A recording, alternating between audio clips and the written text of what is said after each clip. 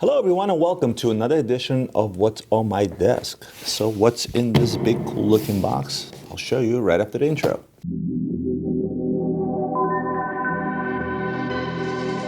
Yeah.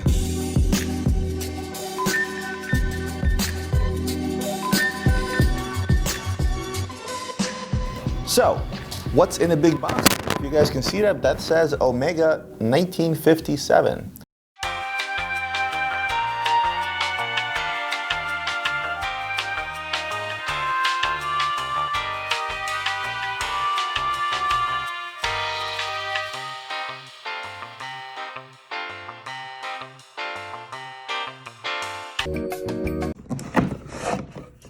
So, don't need that. Definitely don't need that. We're gonna need this. Don't need the warranty cards. And we're definitely gonna need to see what's in here and of course what's in here. Now, let me get this thing out of the way. Here is the Omega Trilogy Set. I actually, as I'm storing this in a safe, I don't keep them in the box. I set this up beforehand, guys, to give you the big wow factor. And the reason for that is because I'm a big sucker for gimmicks. They actually designed the packaging as it was designed back in 1957. And look what else they give you. They give this nifty leather pouch with additional straps, tools, and you can put your 3 watches in here as you, this is technically a travel case. So you have the tool to change out all these straps, old school leather straps. I mean, this just, I wish you guys could feel this on camera. This feels awesome. It just feels so nice to the touch. NATO straps, leather straps, and again, everything looks very vintage. Even the wallet, where like those warranty cards go, that I put aside, right? Even the wallet itself is made of that high quality suede, and I call it velvety because this is like, it just feels that way. This is just so cool as far as I'm concerned. You know, like this alone would sell me on the set. Now let's start with the Railmaster, right? So the 1957 Railmaster was designed for those working close to like electrical fields. It was anti-magnetic. This is the 1957 design, but with 21st century technology, because the 8806 movement takes anti-magnetic to a whole new level, resisting fields of up to 15,000 Gauss, whatever that means. I'm not sure what the original resistance in Gauss was back in 1957. I just know that this takes it to the next level. Next, let's talk about my favorite out of the 3. Although, it's unfair to say, I kind of like this as a set. And of course, the next one is going to be the Speedmaster 60th anniversary. The Broad Arrow was not only the first Speedmaster, it was also the first chronograph wristwatch in the world with the tachymeter scale on the bezel, as opposed to printed on a dial. Perfect match to the original 57 tachymeter. Of course, the 2017 stays true to design, but it's powered by the 1861 caliber. So again, 21st century technology in design from 1957. And last but not least, of course, we have the Seamaster. It's based on the CK2913 and it features a black aluminum bezel and retains the famous Nayad design on the crown, which back in 1957 was a mark of exceptional water resistance.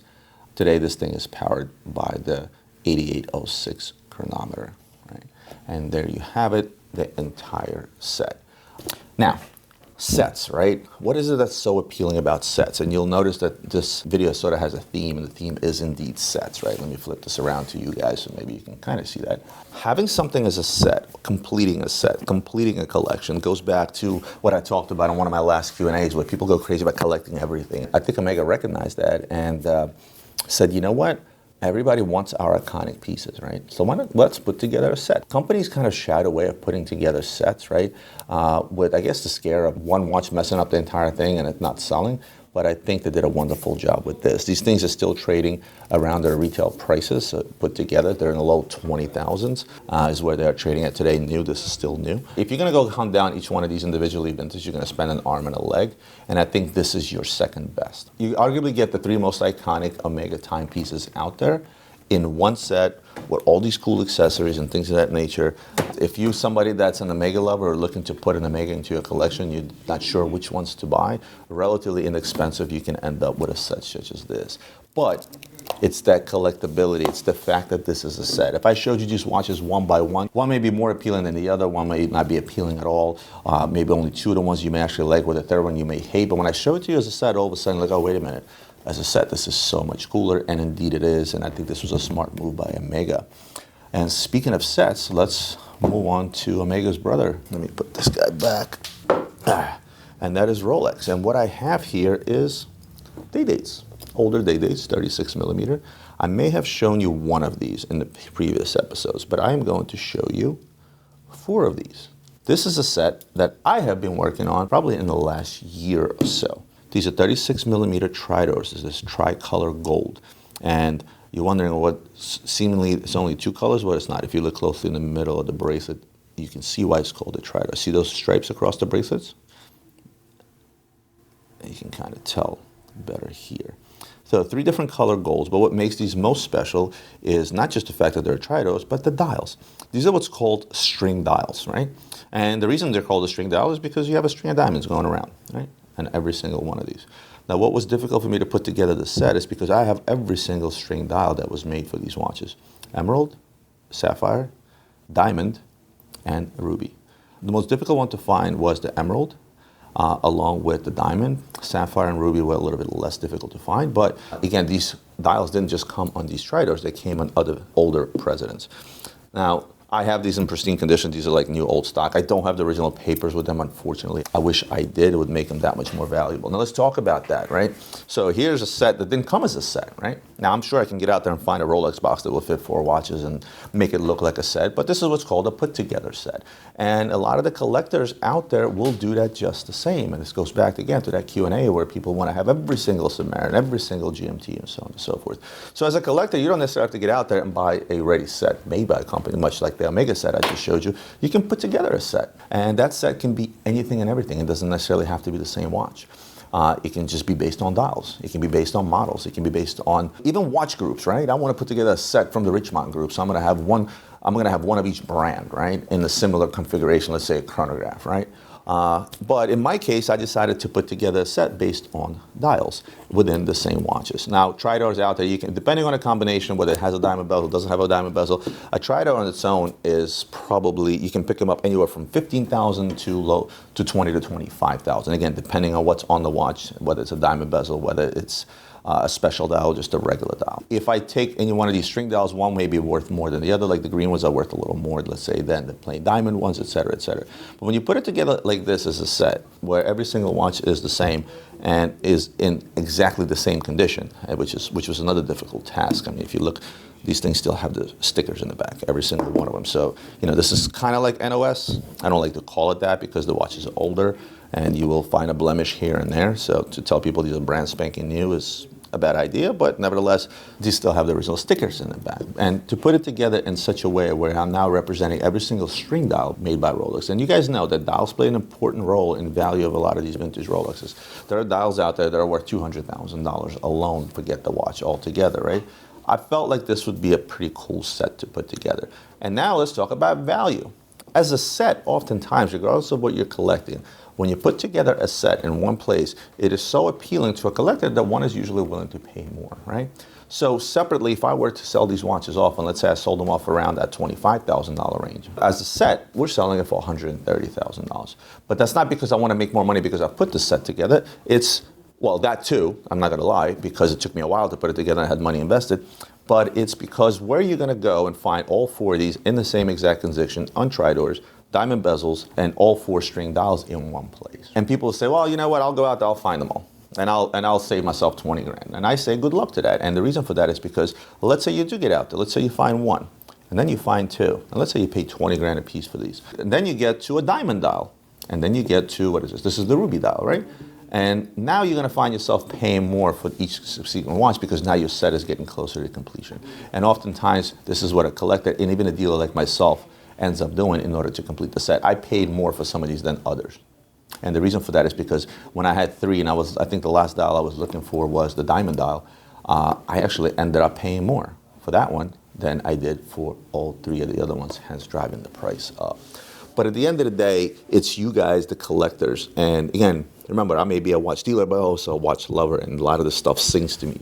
There's a reason I go out there and buy all these different things, because I actually like them. I enjoy them. Putting together the set over a year's time was actually a lot of fun for me. And oddly enough, it's going to be sad for me when it actually sells, right? We were actually thinking about putting these in auctions, but with all this COVID nonsense, I haven't seen any of my auction reps. I usually meet them at shows and give them a lot of stuff. But nevertheless, putting together sets always has been, always will be, and super appealing to any collector out there, regardless whether you collect watches or anything else out there. Last but not least, I'm gonna show you the last set that I brought. And you're gonna say, Roman, what are you nuts? This is one watch, right? Well, I kind of dubbed this watch as a set. As I was pulling these out of the safe, I looked at this thing, I'm like, well, this is kind of a set. Well, how is this one single watch a set? Well, it's because it's probably one of the most popular watches to make fun of since it came out. It's the new Bell & Ross Nautilus / Royal Oak, right? This is what they dubbed this watch, right? And of course, I'm showing this as a joke. This is not a set, this is a single watch. This is the new Bell & Ross BR05A, I think they dubbed it. And everybody and their mother jumped on a bandwagon making fun of this watch. And you know what? For a watch that retails for $4,900, this is a very affordable watch, and it does certainly have the reminiscence. Like the bracelet is like a combination Nautilus / Royal Oak because of the way this tapers here and because of the center links here. The bezel is that reminiscent of a Royal Oak as well, with the screws, maybe even Hublot, right? Some will argue. And that's why I kind of dubbed it as a set watch, because it's like 3 watches in one. As much as people made fun of this watch, it sells, and it sells actually really well, and not at a big discount due to its cheaper retail price. And as they say, all publicity is good publicity, so whatever bad publicity they may have gotten, and whoever made fun of it, they actually helped the sales out. It's their own movement in there. It's an automatic movement. For $3,000 to $4,000, you can't beat a watch that will definitely be a conversation piece, because people are going to be like, what is that? That looks like a combination of a bunch of watches. And to me, I agree with that, but nevertheless, this thing still sells. Last but not least, I always forget to do this. I'm going to show you what's on my wrist. I'm wearing a Vacheron Overseas, and surprise, it's not a plain Jane. It's their World Time. Big fan of this watch. A lot of people dub this dial to be super busy. I dub it to be beautiful in the way it is designed. Yes, it doesn't go crazy in terms of what it sells for. It sells in the low 20s, right? I think the watch retails, I don't remember what the watch retails for, but it sells around the same price as the Blue Dial plain Jane watch. And if you ask me, as much as I love that plain Jane Blue Dial, I think for the same amount of money, I would much rather have the World Time. And I'm waiting to see when I can actually use the functionality of a World Time and start traveling again. Really getting tired of this whole COVID situation, as I'm sure a lot of you guys out there as well. But that's not going to stop me from continue making videos for your guys' entertainment, especially for those of you guys that are stuck at home. So as always, hit the like button, hit the subscribe button, share this video. This is what helps my channel grow organically. And other than that, I'll see you guys next week for more watch reviews and other videos.